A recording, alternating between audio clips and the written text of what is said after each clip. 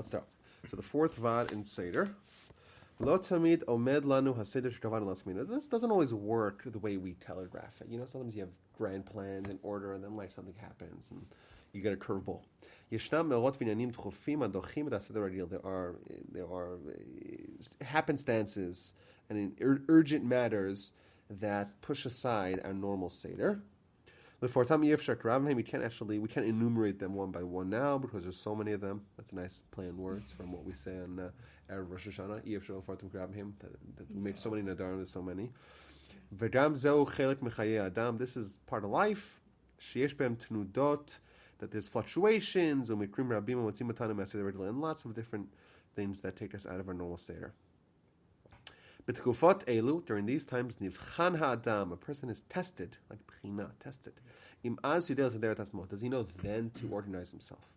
An organized person, he knows how to organize himself wonderfully. He knows what to give priority, what to do first, what to do second. And how to prepare for what is awaiting him. How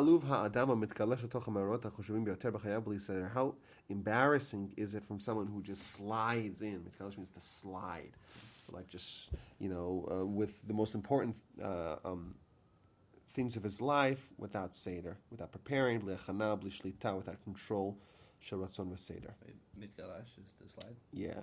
That's called shelly of snow. So I feel like skiing. Yeah. Backwards. Slide, I think. Oh, internet. Yeah, the galesh is to surf. Yeah, to surf. Right? Surfing internet. Yeah. Okay, so this is very interesting. What does it say here? So, are you fine? So we have to have Seder. This is it seems like he's saying the same point you said till now.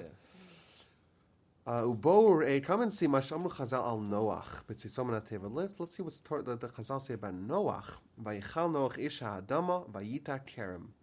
So we know that Noach, the first thing he planted was a vine. Mm-hmm. And Chazal call him out big time for his preference of doing a vine before anything else. Why? Asa atzmei chulin, the word vayichal means he made himself profane. He defiled himself. Shahayolo lasor tchila benetia acheres. He should have preempted it with something else. Noach obviously is one of the great heroes of the Torah. Yet we call him Ish HaAdama, the man of the earth, which is a very disparaging way to call someone. Mm-hmm. And Chazal say the reason why he lost his grand status was because of not what he did, but what he did first. Mm-hmm. Most certainly, Noach had a holy thought with the planting of the vineyard, of the vine. Maybe he wanted to bring libations with his carbon. The calculation was mistaken. Because first he should have done something else.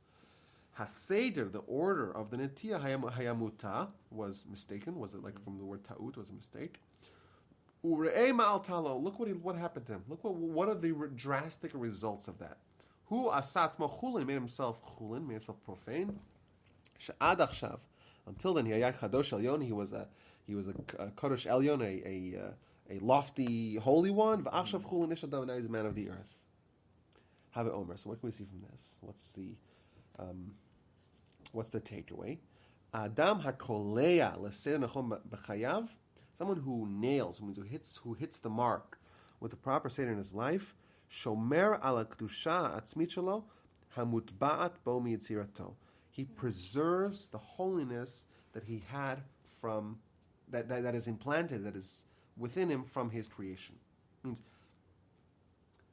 not having Seder is an act of profanity, which is surprising, right? But that's what it's saying about Noach. But if he does first what that he should do later. Who alul, he is liable la'abed kedusha, to lose this holiness, to make himself profane. Mamash me'idaram l'bir amirta, which is from the top of the roof to a deep pit. Zohi ha'ara nora. This is a terrifying insight. I think, when we're talking about Seder so much, and like, it seems like, it's a nice thing to have Seder. I think maybe one way to understand it is that, what is our relationship with Ruchnius? For us, for us, I think there's a chance that our Ruchnius is like, it's a nice thing to have. You want to have Ruchnius. You want to play sports. You have a job. That's one of those things. Yeah. And the question is, do we take the same seriousness that we do with our Ruchnius life as we do with our Gashmius life? And most certainly, like, what ought we invest in? Like, what's lasting? Only what you do for your soul is lasting. It's just that our perception is perverted, right? It's the opposite. What demonstrates that we live a holy life? That we take our Ruchnius seriously.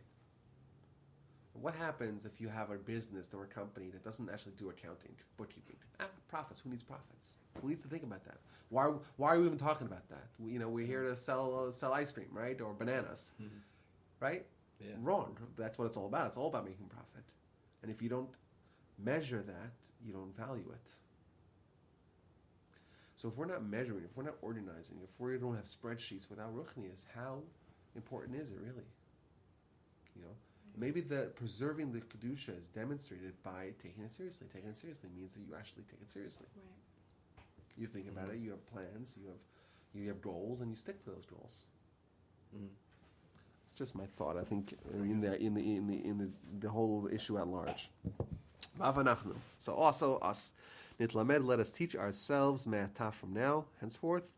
L'sader atzmeinu b'mekrim hachorgim ha'seder. Let's have Seder in areas of our life that deviate from the Seder Radil Shalom, from a normal Seder. Kagom ma'aseh mitzvah she'efshar ba'acher hadocha Seder limud Torah. Like with a mitzvah that no one else can do, which pushes aside limud Torah.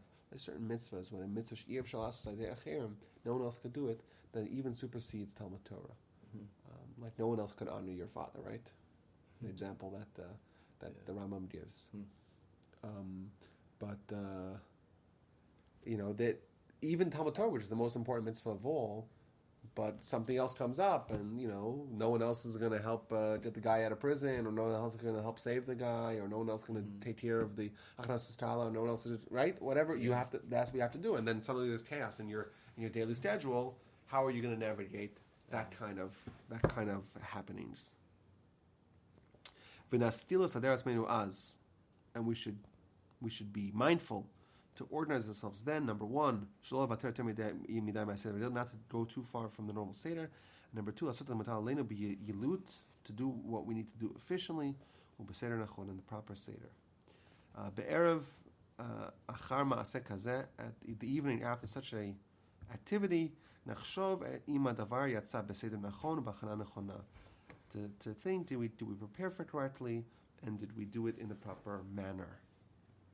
It looks like he's hinting to something here. It's not clear what he's referring to. I think it's possible that there's something else going on over here. In the sense of like they had a certain project or something they were working on, like as far as how to take them out of the Seder? Huh?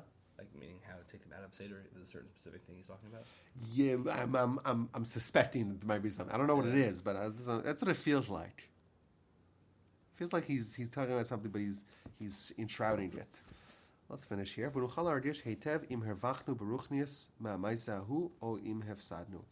And we could feel if we benefited in Ruchnius from that activity, or we lost. This is almost every day. And therefore, this thing, the idea of how to navigate when things come up, things that are so important that override Torah study, how do we deal with those kinds of interruptions to our daily Seder? Will tell us a lot about who we are, and we gotta make sure we don't make the mistake that Noach did, that when things like that, he just made the poor calculations, and then he lost a lot of who he was and what his standing is. Okay, so that's the fourth Vaad. Very interesting. Got two more, and then we're going to move on to, I already have the plan. Yeah, okay, good. Yeah. Give us later. Yeah. Ooh.